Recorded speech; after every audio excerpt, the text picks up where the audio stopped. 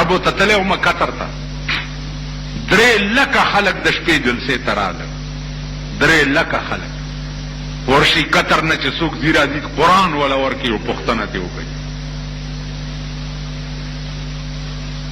کم سړی چې مالا به لاس را کولو لاس کې به د سلو لوټو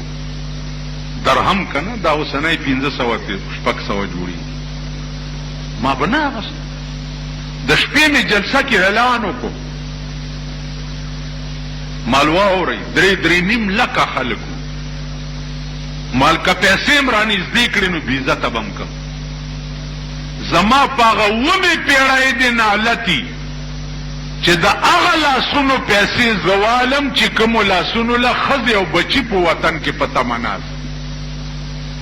او تاسو مزدورای له دل تراغلی او په اړ په شکال کې په دې نور باندې کار کوي پیسې سکه چې لاس مرانه کوي تقریر اوري وځي زي د شپې د اعلان شو سحر لا د دې برتاکال سفیر زمونږه د قطر سفیر جنرال جانزیب نومې دی پښتنه ته وکي په برتاکال کې جنرال جانزیب ورسره سیکرټری د دې لنډای د ارباب نور محمد خان زویو ازهر نامه ده او لنډی خیله پښتنه ته وکا د ارباب نور محمد خان زوی دا ورسره سیکرټری او جنرال جانزیب د ارباب جهانگیر خان ماما دا سفیرو دا دواره سحر چې زه چلته ډیروم ارارلم ما تل دا تا بیگا څوکړه مالولی ویل تاله خو 1 کروڑ روپے خلکو ایښې وې در کولی او تا پکې دا اعلان وکړو مال بیا به دا بجلیګر غلامې کروڑ روپے خو که زه دې خدای نه وغواړم 100 کروڑه به سبا راکړي راکولی شي که نه زما په دې خپل خدای هغه اعتماد دی چې سحر مې زړه کې څه راشي ماښام خدای کړي او چې ماښام مې زړه کې څه راشي سحر خدای کړي دا ګوان دواړه ژوندي دي ورشي قرآن ولا ورکي او پښتنه ته وکړي عزیزانو عرض میں داو چې دنیا مردار ده او د دې طلب سپیک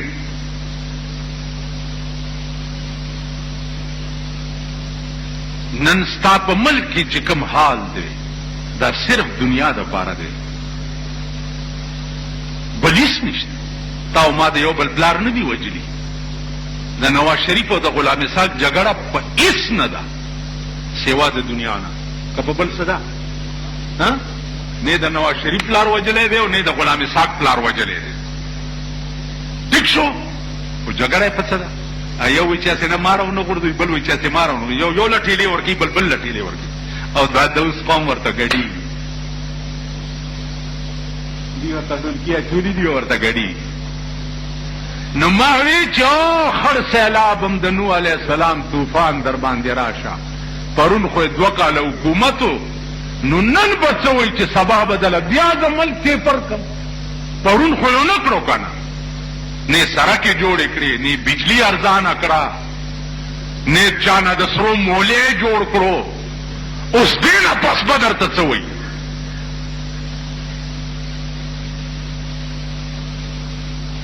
ورکی کدا خلق دغه عذابونه په خدي خدای مليانو لمواسور چې ورته وي سلويخ غزه کفن لګي رورا پلار بدل ته ملکی ورپسې او لنګونه بوي د به منډي وي یو بشلیږي بل بوي بل بشلیږي بل بوي دغه چې پلار دیم د خانه خراب بچي دی ارامي دی د به منډي وي او لنګونه به پریوزي ګمبن انسان وي خپل پیرانو لدیم خدای وس درکې چې خزي درنوای دا خدای پیژندل پولیس دی خدای لاس په بری کی مال خلک راځي غریب شړی نه واره مالبانه دی والی کنه ما ته خدای دومره وځ دی لاره کې چې ته ودرېږه دومره خو دی تاسو خدای پیژندلی ما درته خدای در سره دی او ته د خدای په مخ کې هغه جرایم کې چې د پلار په مخ کې نشي کولی، د سپۍ په مخ کې نشي کولی، دا خدای به تا پرېږدي؟